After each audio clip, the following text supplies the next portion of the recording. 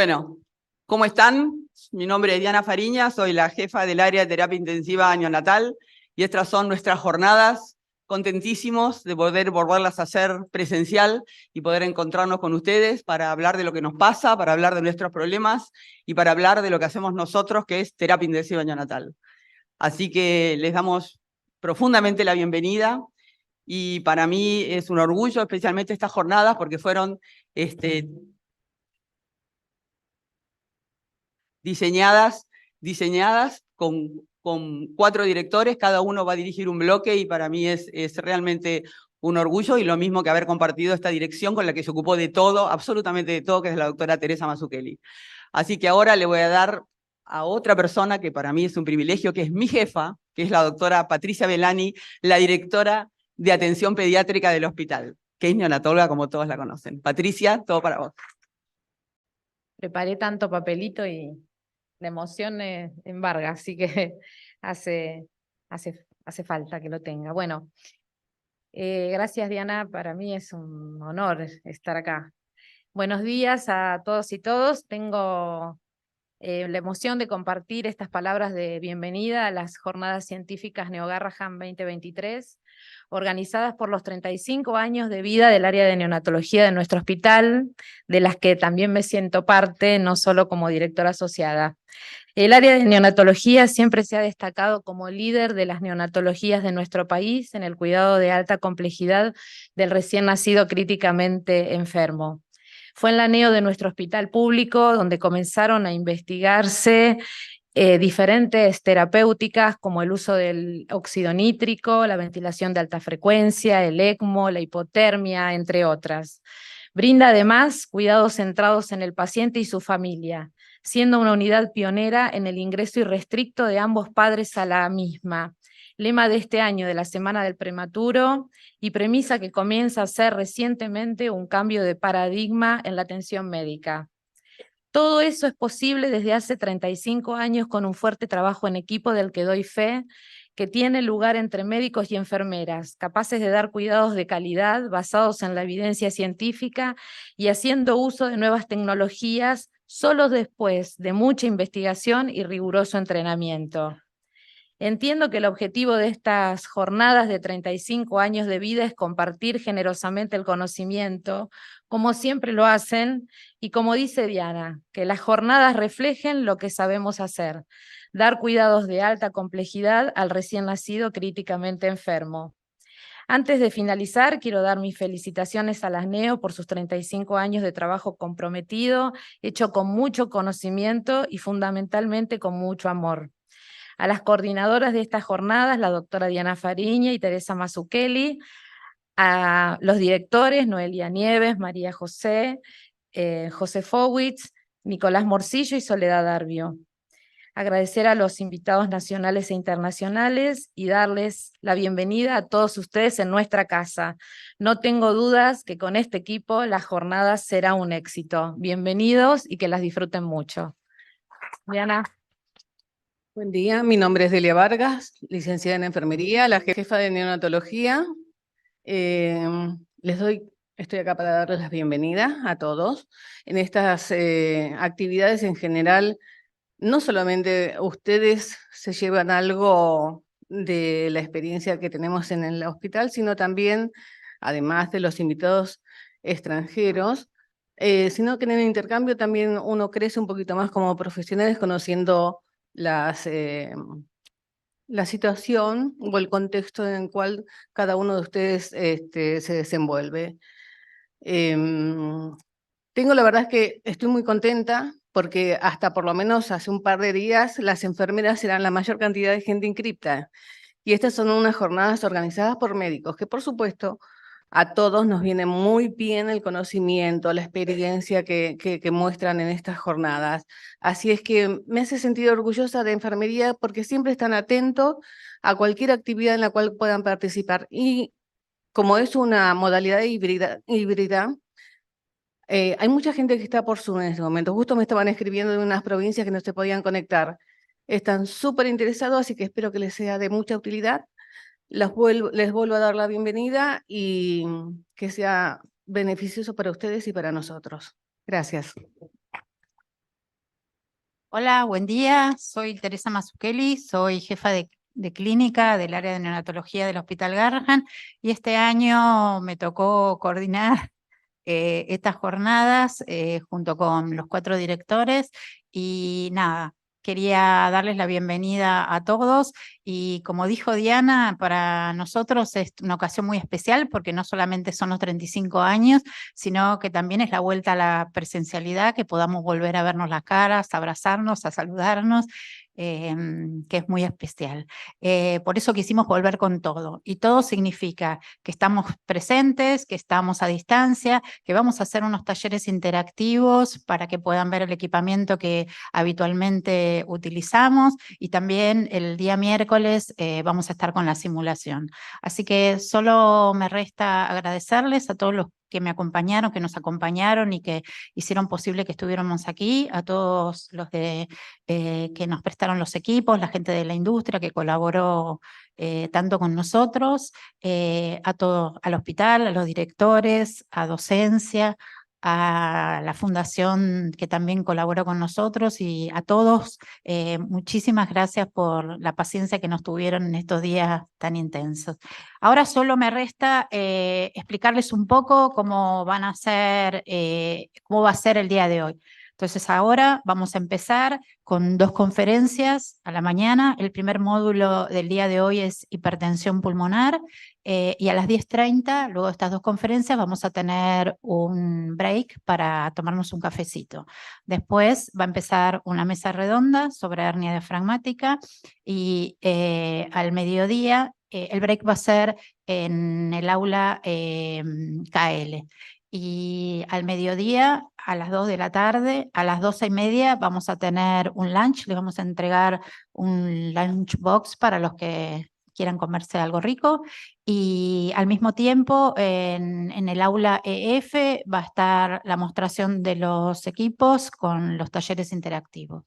Y a la tarde es la hora del módulo de neurointensivismo. Ahí también vamos a tener 2 conferencias y luego una mesa redonda de neurointensivismo y vamos a terminar aproximadamente a las 16:30 si no nos vamos retrasando. Bueno, resta nada, que empecemos y que lo disfruten. Gracias. Hola, muy buenos días. Mi nombre es María Victoria Fraga. Soy una médica neonatóloga del Hospital de Niños de Filadelfia y es un placer estar hoy charlando, aunque sea de manera virtual. Falta volumen, ¿no? Un poco. Participando de las jornadas del Hospital Garrahan. Así que muchas gracias a Mariela, a Teresa y a Diana por invitarme y tenerme en cuenta en estas jornadas. Bueno, en primer lugar, no tengo ningún conflicto de interés para declarar. Lo que voy a intentar hacer en esta próxima media hora es tratar de generar algún tipo de discusión sobre el uso temprano de vasodilatadores pulmonares en pacientes con hernias diafragmáticas. Casualmente esta presentación la presenté a fines de agosto en el Congreso Mundial de Cardiología Pediátrica, por eso Mariela me preguntó si podía repetirla. Verán las diapositivas en inglés, espero que no tengan problema, pero bueno, vamos a estar explicándola en español. Los objetivos de la charla, en primer lugar, va a estar revisando los fenotipos hemodinámicos y clínicos en pacientes con hernia diafragmática. Vamos a describir los mecanismos de tratamiento, cómo impactan esos tratamientos en la fisiología de la hernia diafragmática. Y luego quiero discutir un poco cómo elegir de manera precisa y enfocada en lo que queremos tratar cuando elegimos si tenemos que seleccionar algún vasodilatador pulmonar. Muy bien. Bueno, muchísimo ha cambiado desde el año 1848, cuando el Dr. Vincent Mogdalek describió por primera vez este defecto congénito. En ese momento, y por bastante tiempo, se creyó que esta enfermedad era una emergencia quirúrgica, básicamente. Pero luego, con el tiempo, aprendimos que la hipertensión pulmonar, la hipoplasia pulmonar con los que nacen estos pacientes, realmente representan una emergencia fisiológica y hemodinámica, no quirúrgica.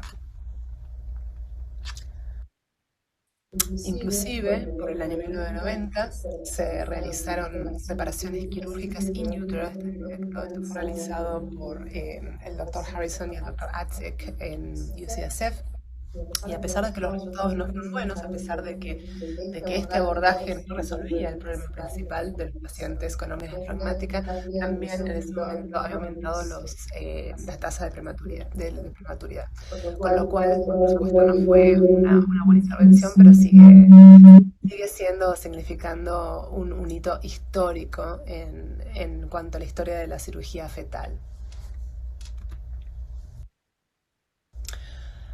Muchísimos progresos vinieron después de esto y varios estudios llevaron a esta nueva técnica, que en ese momento se llamaba Drag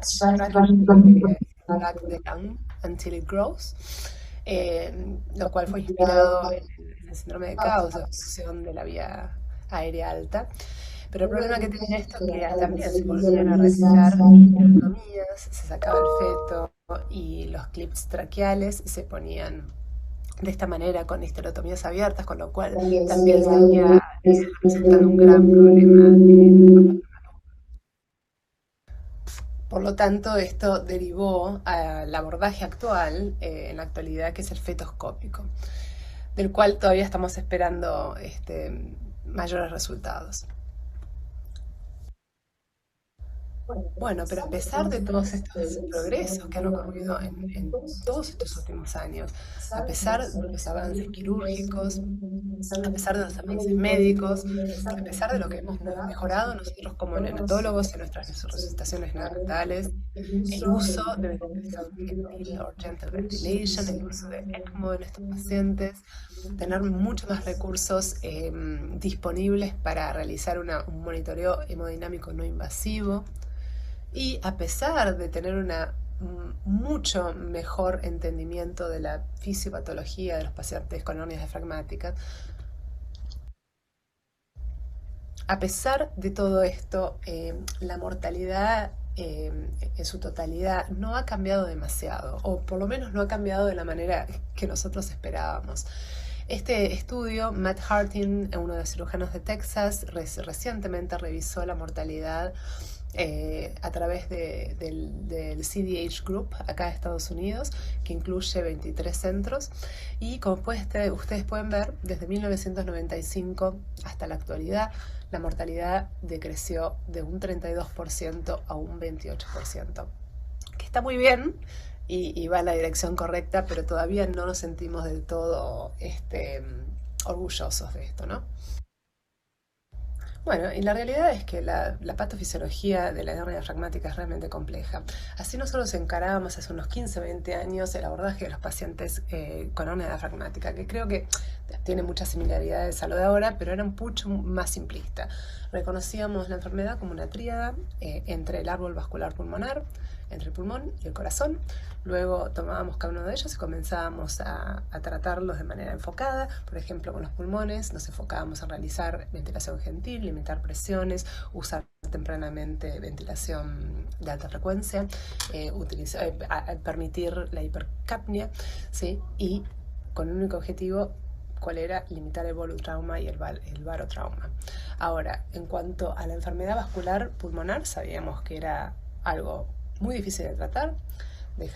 Manteníamos las saturaciones preductales mayores a 90% y utilizábamos tempranamente el óxido nítrico, ¿sí? Ya para esa época la evidencia no era tan fuerte favoreciendo el uso de óxido nítrico, y ya para ese entonces también ya había aparecido alguna evidencia en contra de la utilización temprana de óxido nítrico en hernias diafragmáticas. En cuanto al manejo hemodinámico, como saben, el manejo hemodinámico de las hernias diafragmáticas es difícil, todavía es algo que no está resuelto, no nos ponemos mucho de acuerdo y tampoco está estandarizado.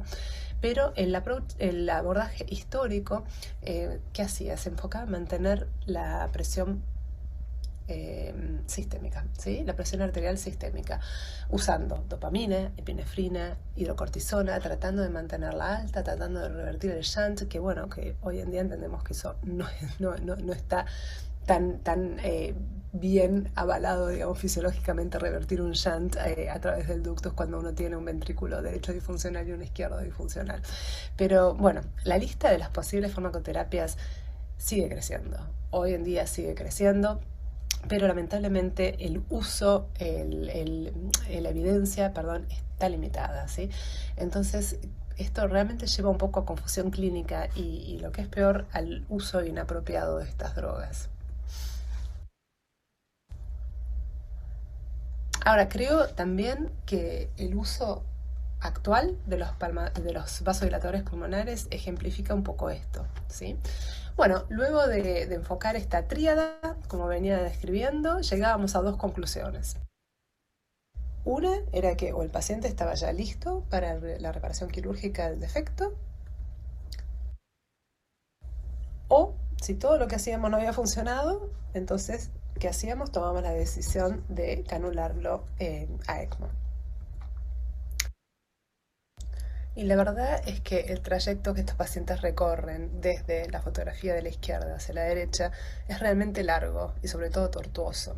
Y que quizá lo que lo hace también un poco más complicado es que el uso o las recomendaciones para el uso de vasodilatadores pulmonares específicos o drogas vasoactivas realmente están basadas en su mayoría en la experiencia y sobre todo en la opinión de expertos. Entonces, ¿cómo hacemos para elegir la mejor terapia, el mejor tratamiento para estos pacientes? Ustedes todos sabemos que la fisiología es compleja y es, por sobre todas las cosas, dinámicas. Y muchas veces no hablamos de la fisiología lo suficiente, muchas veces no pensamos en la fisiología del paciente lo suficiente y a veces tendemos a simplificar nuestros abordajes, ¿no? Pero otras veces la gente, los médicos clínicos, los neonatólogos, no tenemos la información adecuada o la información precisa desde un punto de vista diagnóstico y terapéutico que nos ayude como médicos clínicos a tomar las mejores decisiones. Entonces, ¿cómo hacemos para elegir o para tomar la mejor decisión para nuestros pacientes de manera precisa, lo que llamamos precision medicine? Bueno, yo creo que por donde se empieza es, por supuesto, empezando a aprender lo que ya sabemos, ¿sí? Empezar a mirar los datos que tenemos y mirarlos de una manera objetiva. Entonces, lo que yo les propongo ahora, básicamente, esta charla va a enfocarse en el uso de óxido nítrico, porque es, por supuesto, donde hay más datos y más cosas publicadas alrededor de esto, pero luego al final de la charla voy a hacer un breve comentario sobre sildenafil endovenoso y sobre el uso de milrinona. Pero bueno, primero vamos a empezar a hablar de lo que se llamó la molécula del año. Así fue llamada en el año 1992 por la revista Science. Si ustedes se fijan, la tapa decía "Just Say No", y se leen el recuadro ahí en rojo, dicen que recién se estaba descubriendo los beneficios y los usos del óxido nítrico, que recién estaban empezando a ser descubiertos. Ahora, volvamos un poco a la historia del óxido nítrico y las hernias diafragmáticas. Empezó en el año 1997 con el trial que se llamó NINOS-CDH Trial. Este fue, y hasta ahora, es el único Randomized Control Trial que evaluó óxido nítrico en hernias diafragmáticas, el único hasta el momento. Y fracasó en demostrar no solamente una reducción en la mortalidad, sino que también demostró que el uso de óxido nítrico estaba asociado a un mayor riesgo o necesidad de ECMO. Pero yo creo que es justo decir que estos pacientes, en este trial en particular, eran enrolados con una hipoxemia severa. Los pacientes ya tenían un índice de oxigenación más de 40 antes de randomizarlos. Y lo que ocurrió fue que con estos datos preliminares fueron tan preocupantes para la sociedad que el DSMB directamente terminó este trial prematuramente. Pero también me parece importante resaltar que este trial fue conducido en un tiempo totalmente diferente en cuanto al tratamiento respiratorio, ¿no? Era una era totalmente diferente. Esto fue mucho antes del uso de la ventilación gentil. Ahora, a pesar de estos hallazgos o de estos datos que empezaba ya a insinuarse en el NINOS trial, a pesar de eso todavía hay un uso variable y extendidísimo de óxido nítrico temprano en pacientes con hernias diafragmáticas. Este es un estudio prospectivo que evalúa datos de pacientes, de más de 3.000 pacientes, en el que ustedes pueden ver que el 75% de los pacientes con hernia diafragmática y signos ecocardiográficos de hipertensión pulmonar fueron tratados con óxido nítrico. Aproximadamente la mitad de estos pacientes, el 50%, respondió con una respuesta clínica, y esto quiere decir con un aumento de la PaO2, de la presión parcial arterial de oxígeno, de por lo menos 20 milímetros de mercurio. Lo que también fue interesante en esta corte de pacientes, de más de 3.000 pacientes, es que aquellos pacientes que no tenían signos ecocardiográficos de hipertensión pulmonar, un tercio de ellos también fue tratados con óxido nítrico. Pero en cuanto a los outcomes, cuando miramos a los resultados, este estudio nuevamente demostró que no solamente los pacientes tratados con óxido nítrico requerían más ECMO, sino que también encontraron un aumento del 15% en la mortalidad en el brazo de los pacientes tratados con óxido nítrico. Ahora, también es importante resaltar que en este estudio no se estudió ni se evaluó la severidad de la hipertensión pulmonar ni la función cardíaca, ¿sí? Pero ya con estos hallazgos en ese momento ya empezó a inclinar algunas de las organizaciones profesionales, empezar a recomendar en contra del uso temprano de óxido nítrico en pacientes con hernias diafragmáticas. Ahora, había sido especulado que la presencia de disfunción cardíaca había contribuido muchísimo a los resultados del NINOS trial en el brazo del óxido nítrico. Se decía que debido a que los pacientes tenían disfunción cardíaca era que probablemente requerían más ECMO o se morían más, ¿no es cierto? Y fue en el año 2017, en el Neo Heart Meeting, que un amigo y colega, querido Gabriel Altit, que trabaja en Montreal, presentó su investigación mientras en ese momento él era un fellow en Stanford y vino a presentar sus resultados como fellow.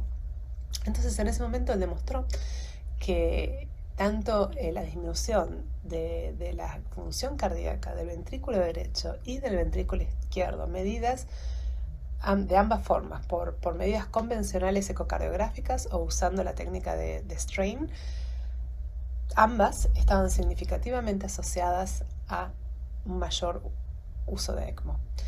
Sin embargo, esta fue una observación muy importante que hizo Gabriel, que sin embargo no encontró diferencias en cuanto a la severidad de la hipertensión pulmonar entre los dos grupos, el grupo que recibió ECMO y el grupo que no necesitó ECMO.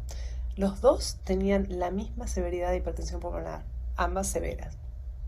Ahora, estos mismos hallazgos fueron confirmados unos años más adelante, 2 años después, por el grupo de Amir Ashrafi en Chalk, en Orange County.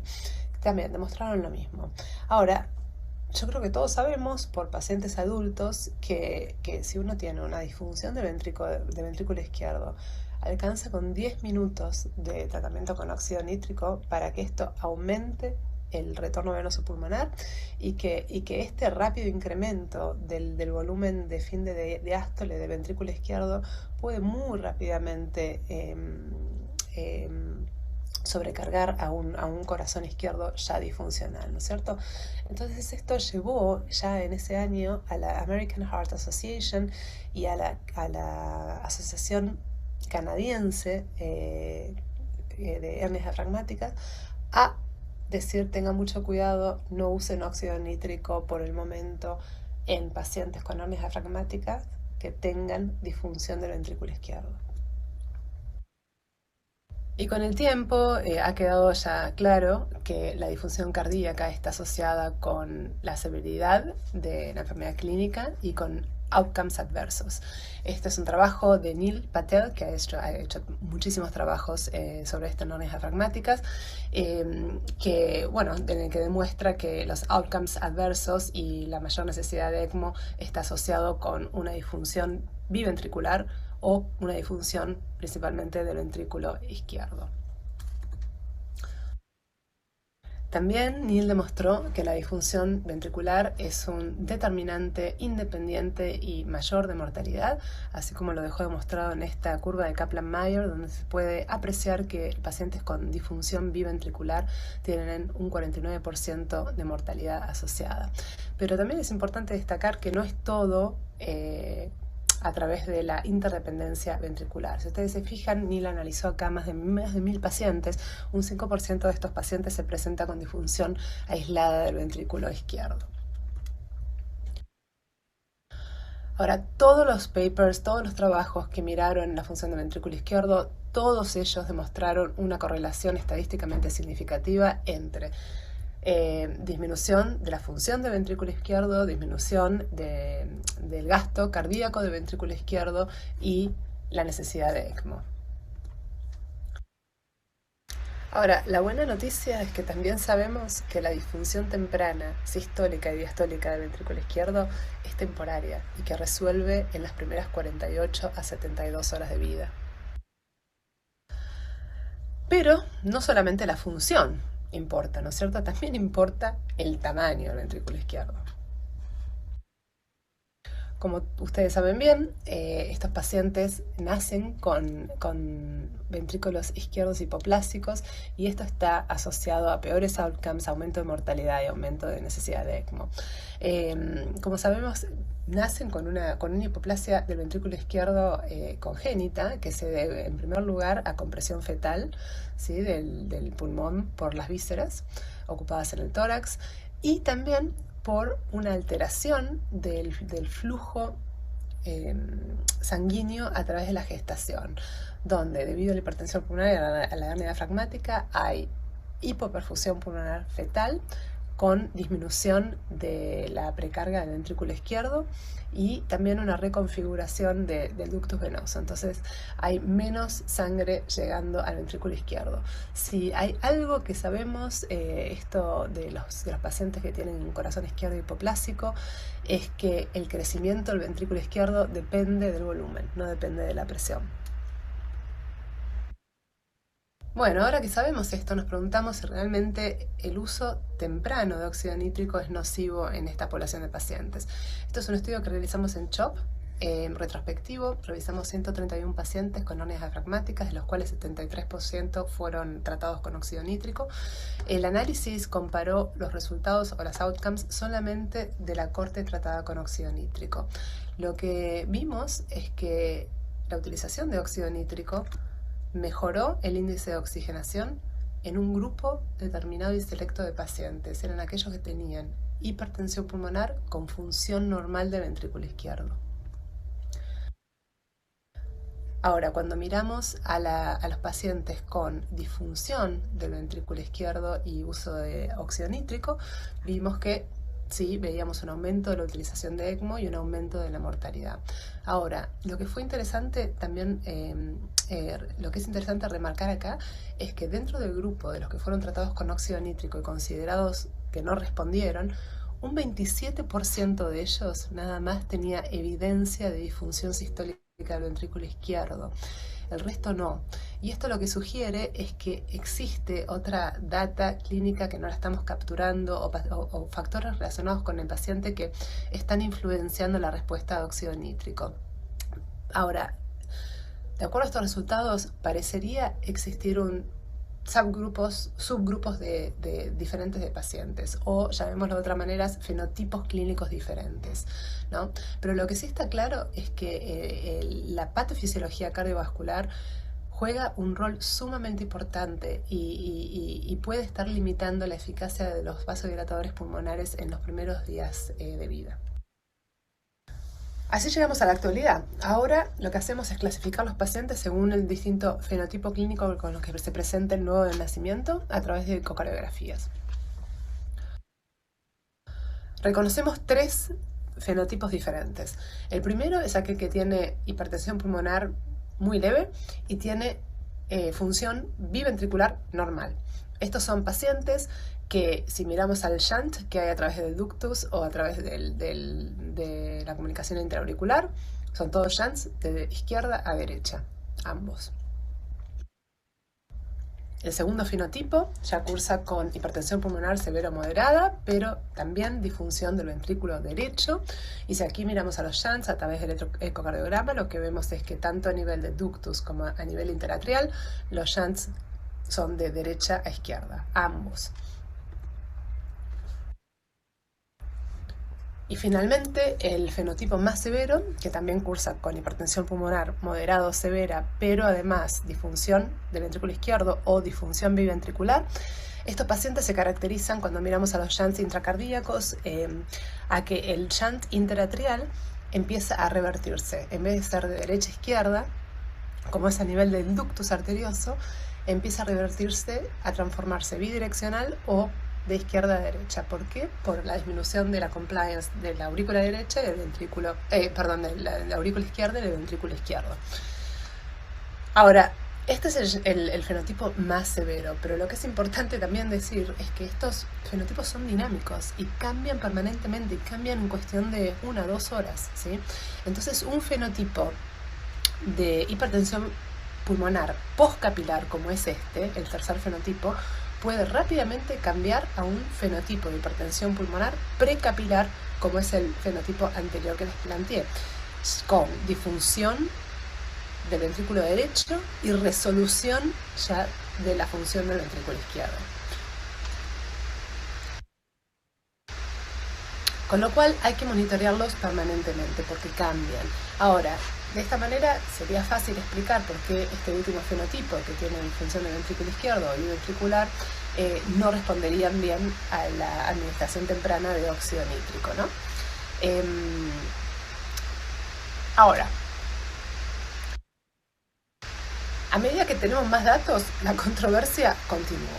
Este es un estudio que publicó Caroline No de Stanford a través de también el CDH Study Group, evaluando una corte de pacientes de alrededor de 1.770 pacientes, y lo que ella miró fue el impacto del uso temprano de óxido nítrico en las primeras 72 horas. Y luego de ajustar el análisis estadístico para características ecocardiográficas, características neonatales y lado del defecto, así como también tamaño del defecto y reparación, todavía todos los datos eran estadísticamente significativos, correlacionando el uso de óxido nítrico con mortalidad y con uso de ECMO. Ahora, lo interesante de este trabajo es que cuando uno mira más de cerca y mira específicamente al grupo de pacientes que tiene un shunt de derecha a izquierda a nivel del ductus y de izquierda a derecha a nivel interatrial, que son los pacientes que uno dice, bueno, estos pacientes no se beneficiarían con el uso temprano de óxido nítrico. Cuando uno mira a los dos grupos de estos pacientes, realmente lo que encontramos es que la evidencia es insuficiente para concluir que estos dos grupos son estadísticamente diferentes. Lo bueno es que hay más información que va a venir. Prontamente se va a empezar el NONO Trial, que es un trial, el principal investigator es Matt Hartin, que es un cirujano pediátrico de Texas. Justamente el NONO Trial es un trial de implementación, ver qué pasa si nosotros tratamos con óxido nítrico. Así que estamos esperanzados que con este trial por lo menos traiga más luz a esta pregunta de research tan importante como es el uso de vasodilatadores pulmonares tempranos. Ahora, hay otro trial que está ongoing, que sigue enrolando pacientes, que ustedes me imagino es de conocimiento general, el CODINOS Trial, que lo que hace es comparar sildenafil endovenoso con óxido nítrico. Este trial hace bastante tiempo que están enrolando porque tuvo bastantes problemas para enrolar pacientes, y eso es una característica similar en todos los estudios que se han hecho en las hernias diafragmáticas. Es muy difícil enrolar estos pacientes. Yo no sé si es porque los pacientes están tan críticos, tan lábiles, o porque la fisiología y la dinámica de estos pacientes cambia tan rápidamente. Pero bueno, también prontamente tenemos algunos resultados del CODINOS trial. Bueno, y un poco nos está pasando lo mismo con el trial que estamos realizando actualmente, que es el trial de milrinona como uso vasodilatador pulmonar. También estamos teniendo problemas para enrolar pacientes, pero de a poco hemos avanzado. El PI para este trial es Satyan Lakshminarayanan, muchos de ustedes lo conocerán. CHOP es el principal centro que está reclutando pacientes, y yo soy la site PI acá en CHOP. Así que estamos ya casi a punto de concluir el enrolamiento. Nos quedan 7 pacientes y se termina este trial. Lo que estamos investigando es si la milrinona provoca algún cambio en el índice de oxigenación 24 horas después de haberse iniciado la droga. También importante destacar que este trial está basado en estudios previos que publicó Satyan, en los que hablaba del sinergismo entre el óxido nítrico y la milrinona. Si se fijan en el gráfico de la izquierda, los cuadrados blancos son aquellos grupos de pacientes que respondieron al óxido nítrico y que cuando se les agregó milrinona tuvieron una mejoría aún mayor y más significativa del índice de oxigenación. Pero lo que se vio también es que cuando se le agregó milrinona, no solamente que ayudó a la oxigenación, sino también disminuyó la presión del ventrículo derecho y aumentó la fracción de eyección del ventrículo izquierdo, así como también se vio que los pacientes tenían más sobrevida luego de ECMO. Y bueno, esto biológicamente tiene algún tipo de explicación. Hay datos en animales y también datos en humanos de cateterismo, en los que se demuestra el sinergismo entre el óxido nítrico y la milrinona, que tiene que ver con aumentar la biodisponibilidad del AMP cíclico y del GMP cíclico. Ahora, ¿cómo estamos manejando estos pacientes clínicamente? Como ustedes saben, no hay evidence-based guidelines que sean estandarizadas, pero bueno, tenemos un grupo grande acá en el país que se llama el CDH Registry Group, en los cuales estamos tratando de estandarizar las resucitaciones y todos los pasos a seguir con pacientes con hernias diafragmáticas. En los que sí todos coincidimos es en la evaluación ecocardiográfica temprana y regular, para evaluar la función cardíaca y luego decidir el tratamiento en base a esto, luego de haber identificado los fenotipos. En el caso de estar lidiando con el primer fenotipo, con hipertensión pulmonar leve y función cardíaca conservada, el foco está puesto en la integridad pulmonar, utilizando ventilación gentil, siempre teniendo en cuenta las interacciones cardiopulmonares que ocurren en pacientes con hernias diafragmáticas. Si el fenotipo es el segundo, con hipertensión moderada o severa y disfunción del ventrículo derecho, en este caso nuestro goal es reducir la resistencia pulmonar vascular, aumentar la performance del ventrículo derecho y de esta manera aumentar el flujo pulmonar. En estos casos sí recomendamos óxido nítrico como primera medida, y se evalúa en la primera hora si los consideramos a los pacientes respondedores o no. En el caso de que se trate del tercer fenotipo, el más severo, con disfunción del ventrículo izquierdo o disfunción biventricular, en este caso evitamos el óxido nítrico hasta que la función del ventrículo izquierdo haya mejorado. Entonces enfocamos solamente en conservar la función del ventrículo izquierdo, en optimizar la resistencia vascular sistémica, teniendo mucho cuidado con eso. Acuérdense que si uno aumenta la poscarga en un ventrículo disfuncional izquierdo puede ser detrimental, y si uno revierte el shunt también puede ser detrimental para un ventrículo derecho disfuncional. En fin,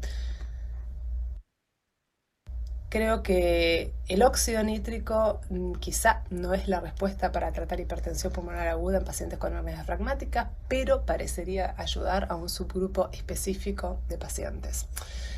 Sí sabemos que el corazón es un factor sumamente importante, la función cardíaca, que determina probablemente cuán eficaz es el tratamiento con óxido nítrico y es súper importante en cuanto a la patofisiología de la hernia diafragmática. Lo que proponemos nuevamente son evaluaciones ecocardiográficas y casi inmediatas luego del nacimiento en las primeras 2 horas de vida y luego seriales.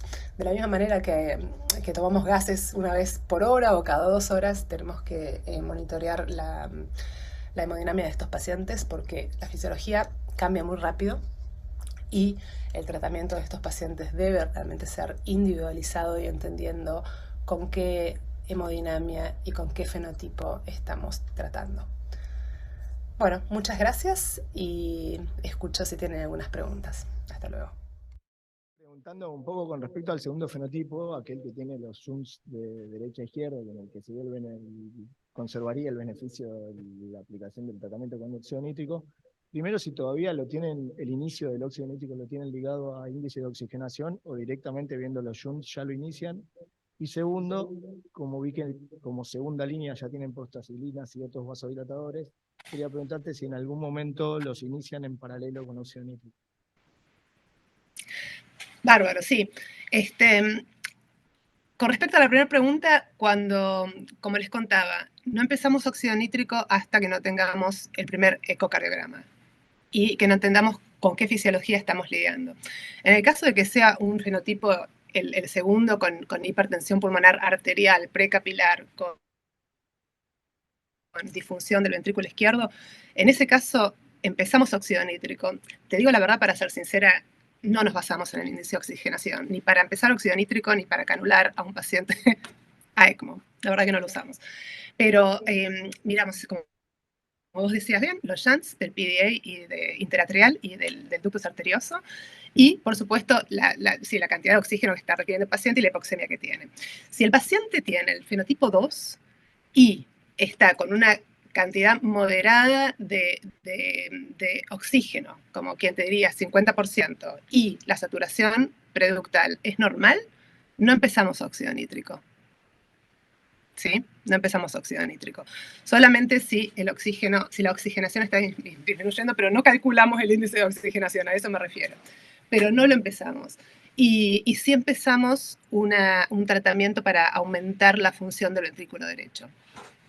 Ahora, con respecto a tu segunda pregunta, en casos muy severos de pacientes que tienen hipoxemia severa, más allá de que uno esté ventilándolos a más no poder, con 100% de oxígeno, que ya están con óxido nítrico y que no les está yendo bien, sí empezamos un segundo vasodilatador pulmonar, y en ese caso es el treprostinil, es lo que usamos acá. En el hospital no usamos sildenafil endovenoso, lamentablemente todavía no lo usamos por cuestiones de seguridad que tiene el hospital, así que usamos el treprostinil. Y lo usamos para ver si podemos rescatar al paciente antes de canularlo. Esa es la única ventaja que vimos, pero la desventaja que tiene es que, como sabes, el treprostinil hay que aumentar la dosis paulatinamente cada 6 u 8 horas, entonces también nos lleva un tiempo llegar a una dosis considerada terapéutica y, bueno, muchas veces también fracasa por eso, y te terminan canulando. Y después, con respecto al tercer fenotipo, si bien no inician el óxido nítrico, eso nos quedó bastante claro, la idea es mejorar la función izquierda. ¿Y en qué momento agregan los vasodilatadores en ese caso? En ese caso, lo primero que hacemos es enfocar en el ventrículo izquierdo, ¿sí? Hasta que no mejoramos la función del ventrículo izquierdo, estos pacientes, además, como vos sabes muy bien, todos tienen hipotensión sistémica. Entonces, se complica un poco en cuanto a aumentar la función del ventrículo izquierdo y aumentar la resistencia vascular sistémica, no tanto como para afectar al ventrículo izquierdo. Entonces, estos son los pacientes que ponemos en bajas dosis de epinefrina. Ese es el primer tratamiento que empezamos. Empezamos epinefrina muy bajo, 0.02, 0.03 microgramos por kilo por minuto. Y si mejora la función del ventrículo izquierdo, bueno, y se le asocia milrinona. Yo estoy un poco sesgada porque acá todavía no usamos milrinona open label, porque estamos randomizando pacientes, ¿no? Pero en muchos otros lugares empiezan epi con milrinona. Y luego el tercer tratamiento que se agrega para la presión arterial, sí mejoró la función del ventrículo izquierdo, es vasopresina, pero no la empezamos hasta no mejorar el ventrículo izquierdo. Una vez que el ventrículo izquierdo ha mejorado y que la función realmente se ve la mejoría en horas, o haces un ecocardio y a las 3 horas volvés y ya el ventrículo izquierdo está mejorando. Es ahí cuando empezamos óxido nítrico. Si lo necesitamos, yo te digo, soy bastante... Cada vez tengo más dudas sobre el óxido nítrico. La verdad, no sé, y como les decía, para mí probablemente no sea la respuesta y no ayude a estos pacientes en los primeros días de vida.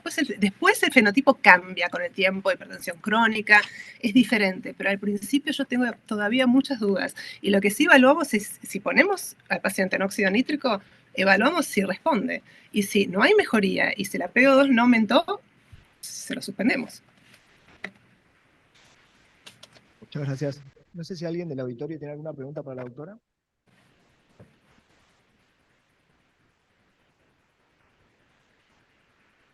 Hola, ¿cómo estás, Maki? Hola. Mariela. ¿Qué tal, Mariela? Te quería preguntar por el treprostinil. Nosotros en general los usamos en la etapa subaguda, después de que se opera el paciente, por esto que contabas de la dificultad de la subida. Ustedes, escucho que en algunas oportunidades lo usan en la etapa aguda precanulación. Sí. ¿Y logran llegar a niveles de terapéuticos en esa, usan vasopresina? ¿Usamos qué? Te perdí. Noradrenalina o adrenalina para poder subir el treprostinil. Mira, noradrenalina no usamos. Si te fijas los estudios con noradrenalina, realmente habla mucho en contra de la noradrenalina en términos de que aumenta la resistencia vascular pulmonar. Noradrenalina no usamos, lo mismo que dopamina, tratamos ya casi no de usarla. Pero sí, epinefrina sí usamos mientras aumentamos el treprostinil. Y yendo a tu pregunta principal, la verdad que lo hacemos de una manera como para tratar de rescatar al paciente que ya está casi yendo que está casi en ECMO. Y algunas veces logramos rescatarlos, te diría menos de la mitad de las veces, porque necesitas mucho tiempo en aumentar el treprostinil. También usamos mucho treprostinil, como vos decís muy bien, en la parte subaguda. Esa es otra historia. Pero sí hace tiempo empezamos a usarlo tempranamente como un tratamiento de rescate. Te digo la verdad, tenemos que mirar los datos porque no es que tenemos muchos pacientes con los cuales hemos iniciado. Y después, si el paciente después se termina canulando, es ¿qué hacemos con el treprostinil? ¿Lo dejás, no lo dejás, se lo sacás? En realidad, si ya lo canulamos, se lo sacamos y después lo vemos cuando el paciente está decanulado. Bien, esa era otra. Si lo dejaban en ECMO o lo sacaban. No, lo sacamos. ¿La dosis terapéutica que consideran ahora? Porque fue cambiando la dosis terapéutica, fue aumentando, digamos, en el tiempo. Sí. ¿Qué consideran ustedes como dosis? 20 nanogramos por kilo por minuto. Bien. Bueno, gracias. Y vamos aumentando de a 2. Sí. Entonces, ¿alguna pregunta del auditorio? Hola, buenos días. Soy Dora Hag. Hola, ¿qué tal? ¿Cómo estás? Bien. Una duda. Cuando hablamos sobre el óxido nítrico y las posibilidades de no inserción, de no obviamente con difusión izquierda. Se fue el volumen. Cuando hablamos del óxido nítrico y la difusión izquierda, sí. Pero también pensamos en que podemos reemplazarlo por el sildenafil con la misma vía de acción y con el mismo efecto. ¿Preferimos el sildenafil al óxido nítrico por la acción del sildenafil sobre el ventrículo izquierdo? Bueno, ustedes usan sildenafil endovenoso, ¿no es cierto? Sí. Claro, nosotros no. Con lo cual no tengo ninguna experiencia para decirte personal en cuanto a mi hospital, porque no tenemos esa opción. Y realmente, bueno, como sabes, el Codinos Trial todavía está ongoing, le faltan pocos pacientes, pero todavía tampoco tenemos ningunos datos.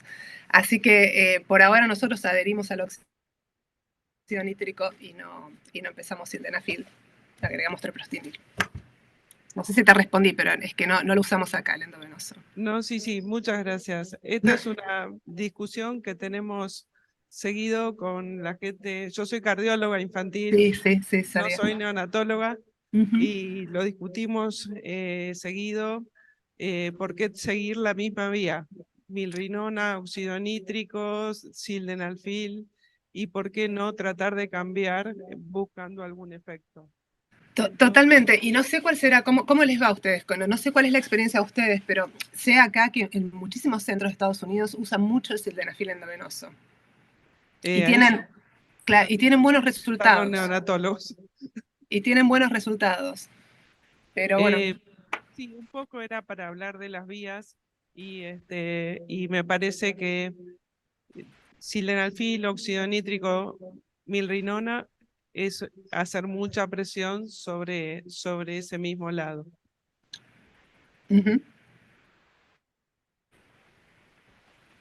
Sí, Maki, un poco para aclarar, nosotros ahora tenemos sildenafil endovenoso. El uso de treprostinil, sobre todo en nuestro hospital, ha sido secundario al primer protocolo que hizo Mariela, justamente acá con la doctora Mazzucchelli. Generalmente lo usábamos de preferencia postquirúrgico, recién 48 horas después de la cirugía, y una vez que pudimos tener la posibilidad de usar sildenafil, lo usábamos previo a eso. No tenemos tantos datos de sildenafil, sí los tiene Mariela, los de treprostinil, pero bueno, ese es el uso, fue realmente variable. Sí, bueno, definitivamente el debate sigue abierto. Necesitamos más estudios. El problema es que, como saben, no hay clinical trials, hay muy pocos en esta población de pacientes y son realmente muy difíciles de llevar a cabo. Muy difíciles. Vamos a ver ahora con el Nono Trial que empieza Matt prontamente, a ver qué pasa. Bueno, muchas gracias, María Victoria. Muchas gracias a ustedes. Un placer estar ahí y bueno, seguiré escuchando las charlas que siguen. Bueno, para continuar vamos a dar paso a la charla de la doctora Hag. Bueno, buenos días a todos. Muchas gracias por la invitación. Desde NISA 2018 sabemos que hay 5 clasificaciones, 5 grupos de hipertensión pulmonar, y dentro de esos 5 grupos tratamos de encastrar todo lo que pertenece a pediatría y todo lo que pertenece a neonatología.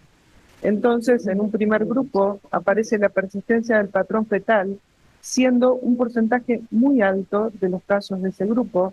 En realidad, ese grupo cuenta con un 28% de hipertensión pulmonar en pediatría, pero ese 28%, la mayoría de esos casos son transitorios.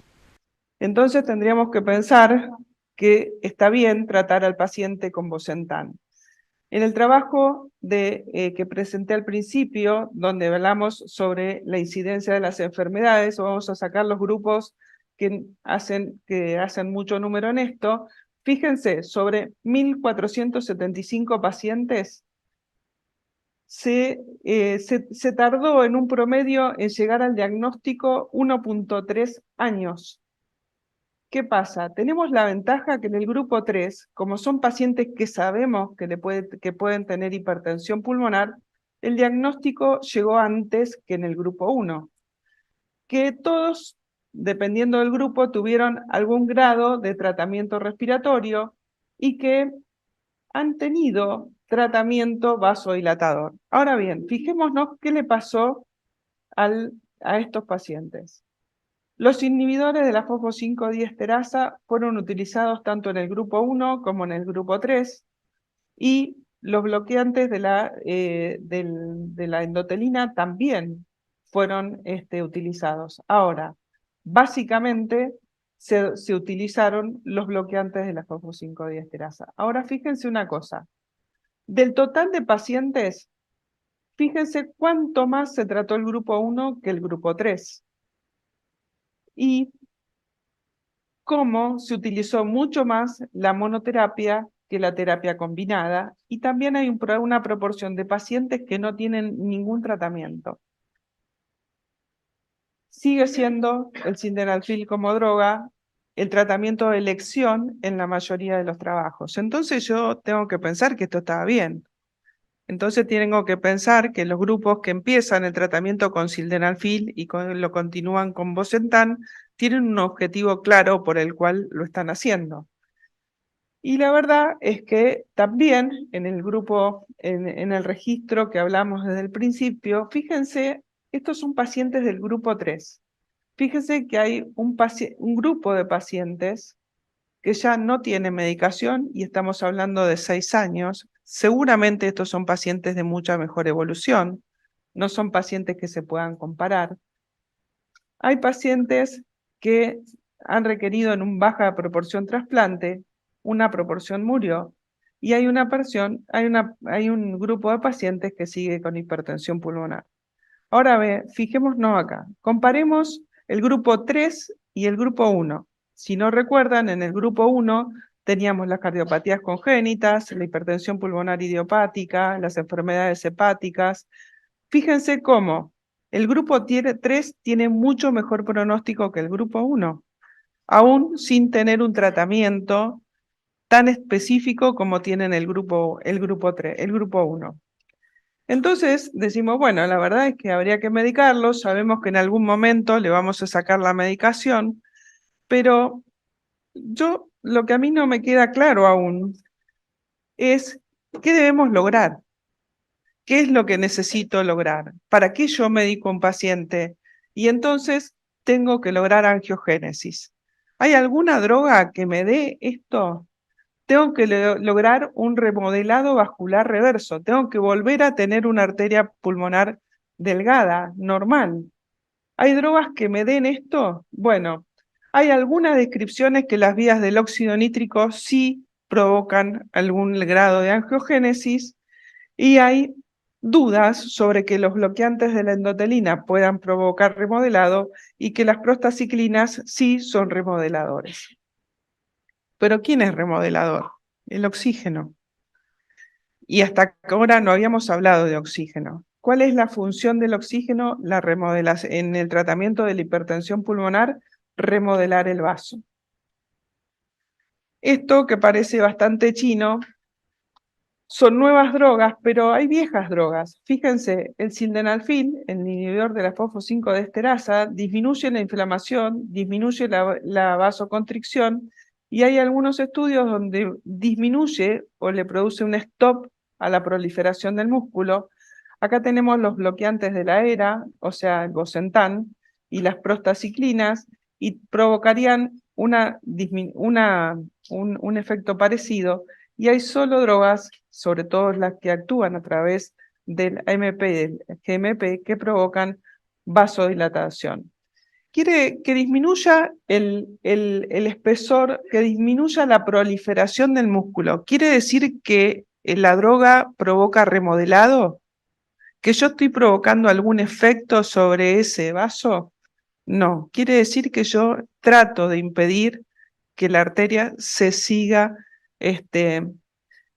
proliferando y siga aumentando el espesor de su pared.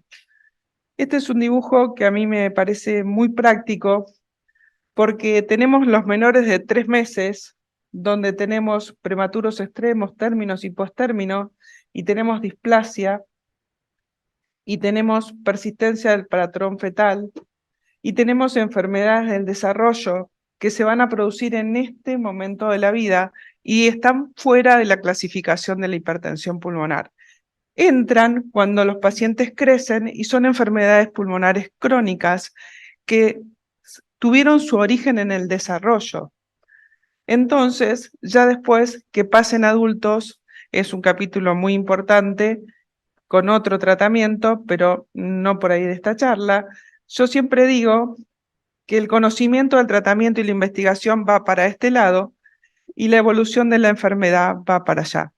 Entonces, tenemos como una traba en conocer cuál es el conocimiento y cuál es el tratamiento que le tenemos que dar.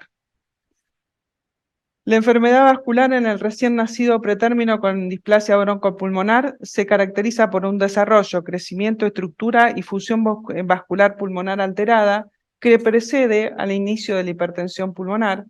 La enfermedad vascular pulmonar es causada por la interrupción del desarrollo vascular pulmonar normal o asociado a un parto prematuro y es determinante en la patobiología de la displasia broncopulmonar y contribuye mucho, diríamos, a la morbimortalidad de estos pacientes, Los tratamientos vasodilatadores utilizados en la actualidad carecen de estudios clínicos randomizados que garanticen su utilidad, y los portadores de enfermedad vascular pulmonar secundarias a enfermedades pulmonares del desarrollo condicionan la vida de los sobrevivientes a corto y largo plazo.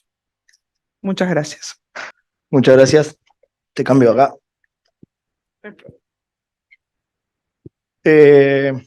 Bueno, te hago una pregunta con respecto a esto mismo. En lo que nos concierne a nosotros los neonatólogos, ¿cuándo te parece que es el momento justo de iniciar el tratamiento tanto con sildenafil y el que continuaría con Bosentan en nuestros displásicos, en nuestros prematuros displásicos, en pacientes no prematuros con displasia broncopulmonar que tenemos en nuestro servicio? Bueno, básicamente yo creo que después de las 36 semanas un paciente debe tener la mejor oxigenación que puede tener.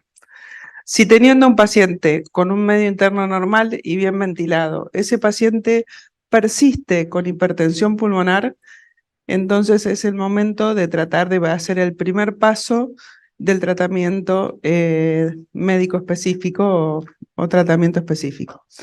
Dentro de los vasodilatadores, lo que más publicación tiene, y esto no quiere decir que sea lo único que hay, es el sildenafil.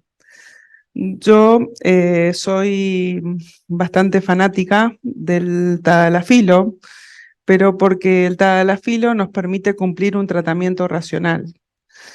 Sabemos que por el metabolismo que el tadalafilo tiene en los pacientes pediátricos, no es una droga de una sola toma, pero sí de dos. Entonces se divide la toma cada 12 horas.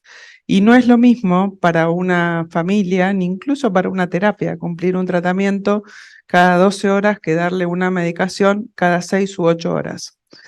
Yo creo que tenemos que conocerlo más al tadalafilo y tratarlo, pero la verdad es que los resultados, esto es una gran discusión que tenemos los hipertensólogos, porque decimos que el tadalafilo es superior al sildenafil, y yo digo que el tadalafilo es mejor porque se cumple, no es mejor que el sildenafil, creo que es mejor porque se puede cumplir.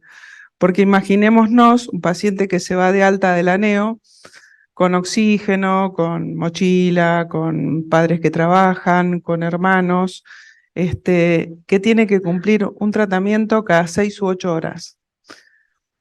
Es muy difícil, ni nosotros lo haríamos si lo tenemos que hacer por 10 días un antibiótico. Nosotros pretendemos que una familia lo haga durante mínimo un año. Entonces, creo que el primer paso, sí, optimizada la oxigenación y el medio interno del paciente, en ese momento, si la respuesta no es positiva, es el momento de iniciar el tadalafilo. Perdón, el sildenafil. ¿Alguien del auditorio que tenga alguna pregunta para la doctora? Doctora, vos sabés la droga que a mí me gusta y quiero que me hables 2 palabras del riociguat. Acá esa demanda.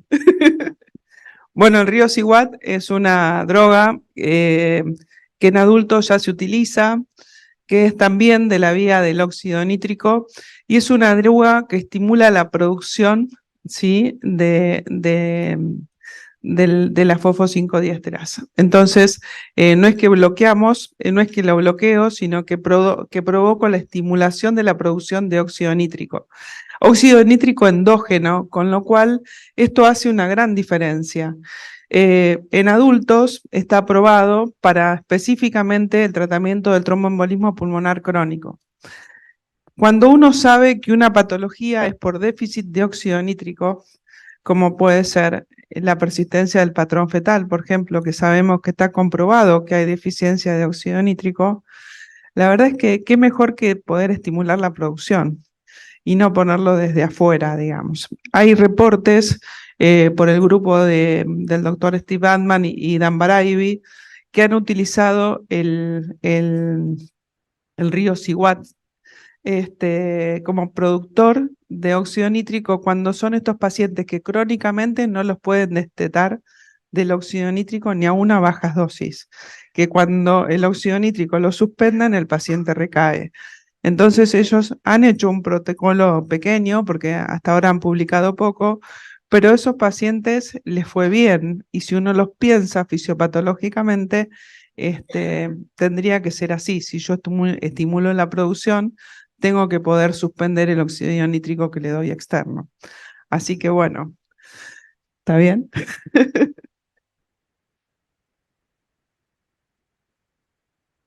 Hola, buen día. Yo soy Néstor Bain Coco. Dora, la charla fue, digamos, para mí muy educativa. Lo que más me educó es todo lo que no sé. Pero me quedé pegado con la parte donde mencionabas el tema de la hemodinamia y cuándo está indicada. Con la calidad de la ecografía actual, en chicos en los que descartamos cardiopatía orgánica, ¿en qué situación tengo que hacer una hemodinamia y qué espero de la hemodinamia en el chico crónico con hipertensión pulmonar? No, la única indicación que habría en ese caso sería si yo sospecho que hay colaterales o hay algún ductus que me esté dando flujo. Es la única situación en que yo iría a hacer un cateterismo diagnóstico y terapéutico. Pero creo que esto, la verdad es que la experiencia de los cardiólogos en neonatología y hace que queden pocas indicaciones de esta hemodinamia. Yo tengo la visión del paciente grande con displasia broncopulmonar. Para mí es un gran problema porque cuando el paciente con displasia broncopulmonar empieza a hacer su empuje puberal, recae a niveles que no los podemos manejar. Y cuando uno piensa que no responde a los bloqueantes de la fosfo-5-esterasa, a los bloqueantes de las eras, le ponemos prostaciclinas y tampoco funciona.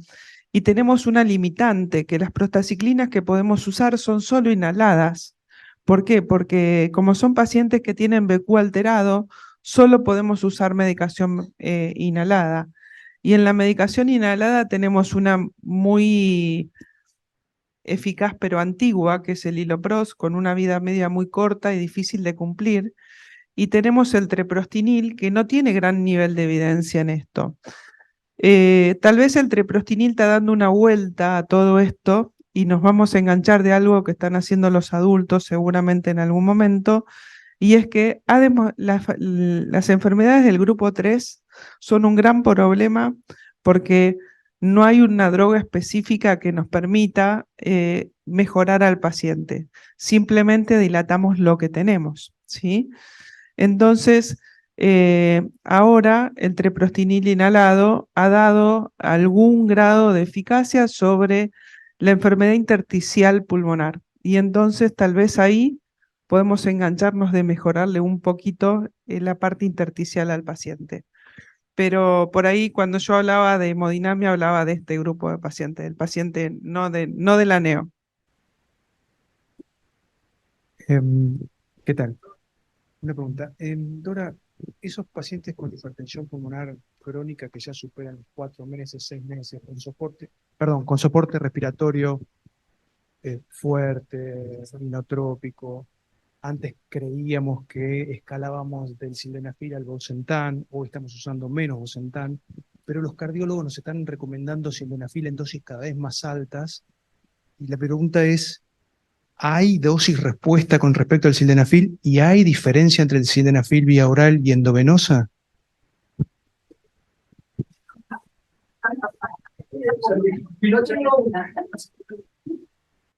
Bueno, en realidad, si estamos hablando de pacientes mayores, de pacientes en primera infancia, la verdad es que si no responde al sildenafil, el paso siguiente no es pasarlo endovenoso, sino hacerle una combinación de tratamiento. Sinergizar el tratamiento de la vía de la de los bloqueantes de la fosfo-5-diesterasa. Con lo cual, en ese momento, ahí tenemos una asociación que nos permite una mejor respuesta. Después podemos discutir si es Bosentan la droga, si es ambrisentan o macitentan. Eso es como un poquito elegir del almacén la marca que más me gusta. Pero la verdad es que un paciente de ya en primera infancia con impacto de hipertensión pulmonar, ya a esa edad, con oxígeno dependencia todavía, el pronóstico es muy malo.